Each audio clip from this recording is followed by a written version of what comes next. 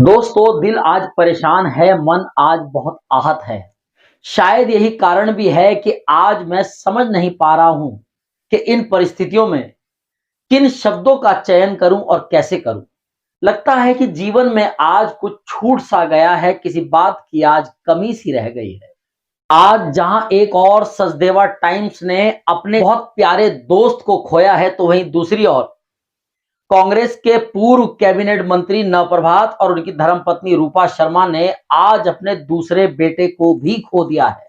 मैंने अपनी इस खबर में इन शब्दों का प्रयोग इसलिए किया क्योंकि जो शख्स नवप्रभात और उनकी धर्मपत्नी रूपा शर्मा को अपने माँ बाप का दर्जा दिया करता था, वो शख्स शुभम भटनागर आज इस दुनिया में हमारे बीच नहीं रहा। मैं अगर खुद अपनी बात करूं तो 2022 विकासनगर विधानसभा की चुनावी बेला में शुभम भटनागर जब भी मुझसे मिला करता था, तो उसकी जिंदगी मात्र 3 शब्दों के इर्द गिर्द ही घूमा करती थी। न प्रभात अंकल, रूपा शर्मा आंटी और बाणी दीदी।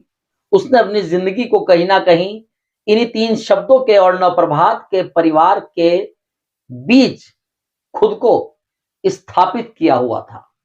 नवप्रभात और उनकी धर्मपत्नी रूपा शर्मा अब तक अपने बेटे बंकिम की यादों को भुला भी नहीं पाए थे, अपने बेटे की यादों से बाहर निकलकर आ भी नहीं पाए थे कि 2022 की विकासनगर विधानसभा की चुनावी बेला में उनके परिवार के बहुत ही ज्यादा नजदीक आ चुके शुभम भटनागर की इस मौत के बाद, इस विदाई के बाद आज नवप्रभात और रूपा शर्मा एक बार फिर से टूट गए, क्योंकि कहीं ना कहीं नवप्रभात और रूपा शर्मा भी शुभम भटनागर को अपने बच्चे से कम नहीं समझा करते थे। आज शायद ही कोई ऐसा कांग्रेसी होगा, आज शायद ही क्षेत्र का कोई ऐसा बाशिंदा होगा जिसकी आंखें शुभम भटनागर का नाम लेने के बाद नम ना हो। तो आखिरकार कौन था ये शुभम भटनागर? शुभम भटनागर देहरादून जिले की विकासनगर विधानसभा क्षेत्र की ग्राम पंचायत डाकपत्थर में रहने वाला एक युवक था, जो कि कांग्रेस का कार्यकर्ता तो था ही, लेकिन 2022 के विकासनगर विधानसभा चुनावों में नवप्रभात के परिवार के बहुत ही ज्यादा नजदीक आकर उनका चुनावी मोर्चा संभालने वाला उनका सबसे करीबी और सबसे प्यारा बच्चा बन चुका था। 28 साल के शुभम भटनागर की शादी अभी हाल ही में 2 से 2.5 साल पहले हुई थी। शुभम भटनागर एक मासूम 1.5 साल की बच्ची का पिता था। अब सबसे बड़ा सवाल यह कि आखिरकार क्या हुआ था शुभम भटनागर के साथ। दरअसल तथाकथित तौर पर चर्चाएं यह हैं कि शक्ति नहर में डूब रही एक महिला को बचाने के लिए शुभम भटनागर ने भी शक्ति नहर में छलांग लगा दी।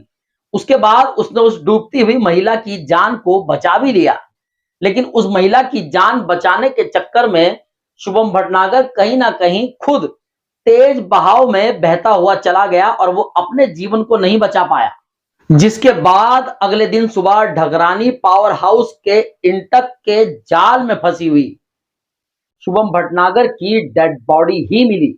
जब ढगरानी पावर हाउस के इंटक से शुभम भटनागर की डेड बॉडी को निकाला जा रहा था, तो उस दौरान कांग्रेस के नगर पालिका विकासनगर के पूर्व चेयरमैन नीरज अग्रवाल से लेकर कांग्रेसी नेता असद आरफी तक हर कार्यकर्ता की आंख में आज आंसू थे।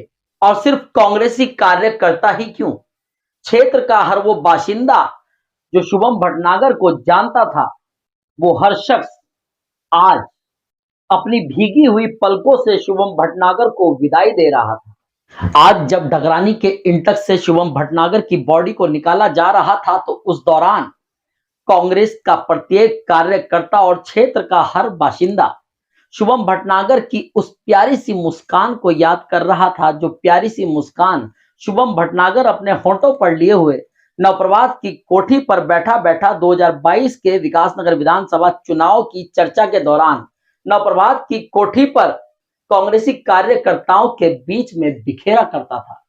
आज हर कांग्रेसी कार्यकर्ता और क्षेत्र का हर बाशिंदा उस प्यारी सी मुस्कान को याद कर रहा था और अपनी आंखों में आंसू लिए हुए दिखाई दे रहा था। अब सवाल ये कि आखिरकार वो महिला कौन थी जिसको बचाने के लिए शुभम भटनागर भी शक्ति नहर में कूदा। अधिकांश लोग ये नहीं जानते कि वो महिला कौन थी, कहाँ की रहने वाली थी, किस तरह से वो शक्ति नहर में डूबी और आखिरकार क्यों शुभम भटनागर ने अपनी जान पर खेलते हुए उस महिला को बचाया। लेकिन कुछ चंद लोग ऐसे भी हैं जो ये जानते हैं कि वो महिला कौन है, कहाँ की रहने वाली है और आखिरकार वो पानी में किस तरह से डूबी और आखिरकार क्यों शुभम भटनागर ने अपनी जान पर खेलकर उस महिला की जान बचाई और अपने प्राणों की आहुति दे दी, अपने प्राणों को कहीं ना कहीं संकट में डाल दिया। ऐसे लोग भी हैं गिने चुने जो इस बात के राजदार हैं।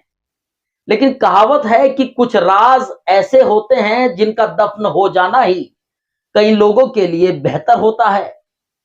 इसी तरह से इस घटनाक्रम से जुड़े हुए कुछ राज भी शायद दफन हो चुके हैं, लेकिन शुभम भटनागर का नाम कभी भी दफन नहीं होगा। उसका नाम हमारे दिलों में हमेशा ही जिंदा रहेगा। 28 साल का शुभम भटनागर अपने पीछे अपने पूरे परिवार सहित पत्नी और एक 1.5 साल की मासूम बच्ची को भी रोता बिलखता हुआ छोड़कर चला गया है। आज शांति धाम डाक पत्थर में न सिर्फ शुभम भटनागर की ही चिता जली है, बल्कि आज उन सभी लोगों के अरमानों की चिता जली है जो लोग शुभम भटनागर से बेइंतहा प्यार किया करते थे। उस परम पिता परमेश्वर से यही प्रार्थना है कि भगवान अपने श्री चरणों में शुभम भटनागर को जगा दे।